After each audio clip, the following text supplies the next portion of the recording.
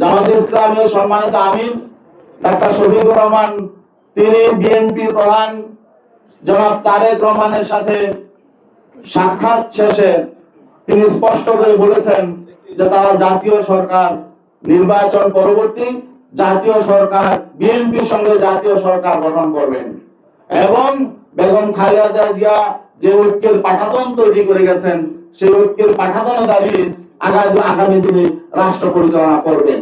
এখন আমাদের প্রশ্ন হলো, এই যে তিনি একটি অ্যালায়েন্সে আছেন, একটি সমঝোতায় আছেন, এখানে আমাদের সাথে তো বিষয়টা তিনি ডিসকাস করেন নাই, অন্যান্য শরীকদের সাথে তিনি এককভাবে ঘোষণাটা দিয়ে আসলেন। এখন আমাদের শঙ্কা হলো যে এখানে নির্বাচনের আগে যেহেতু একটা সমঝোতা সমন্বয় প্রতিদ্বন্দ্বী দলের সাথে হয়ে যাচ্ছে, তাহলে এই নির্বাচনটা আসলে পাতানো নির্বাচন হবে কিনা, এটা কি ইলেকশন হবে নাকি সিলেকশন হবে, এই শঙ্কাটাও আমাদের সামনে চলে এসেছে। তো এই শঙ্কা নিয়ে আমরা তো আসলে মানে সহযোগী হতে চাই না কারো। আমরা চাই একটি প্রতিদ্বন্দ্বিতাপূর্ণ নির্বাচন। বাংলাদেশের স্বাধীনতা পরবর্তী যে নির্বাচনী যে কলঙ্ক হয়েছে সেই কলঙ্ক থেকে আমরা বেরিয়ে আসতে চাই।